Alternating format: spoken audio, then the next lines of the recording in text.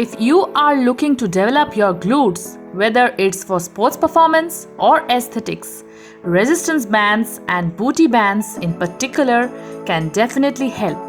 You can use resistance band for any muscles you want to target, but they are highly effective in targeting your glutes. Why resistance bands are good for your glutes?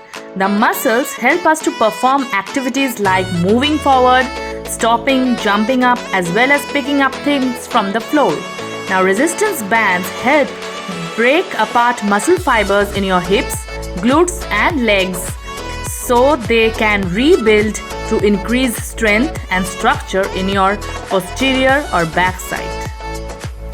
Resistance bands can add muscle building power to most types of workout. They are also excellent for rehabilitating muscles after injury. Resistance bands come in several strengths, making them highly usable by most people. They are inexpensive and transportable too. Resistance bands are perfect for lower body movements because they help control the movement from start to finish. They provide resistance when you lower into a squat, which is called eccentric movement, as well as resistance when you rise to standing position, which is called concentric movement. Now, how long does it take to grow glutes with resistance bands? Muscular adaptation to new stimuli typically takes between 3 to 4 weeks depending on the athlete's level. This means you should include different glute band and resistance band exercise in your training every 3 to 4 weeks to continuously promote your glutes growth.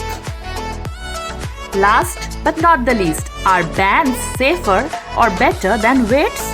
Well, resistance bands are a lot safer to use than free weights.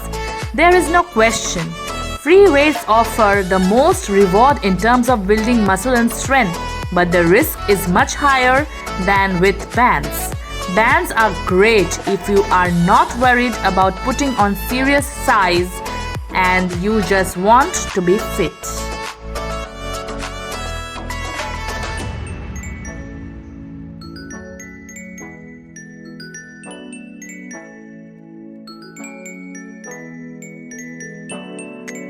Lastly, we do some stretchings because it has many benefits.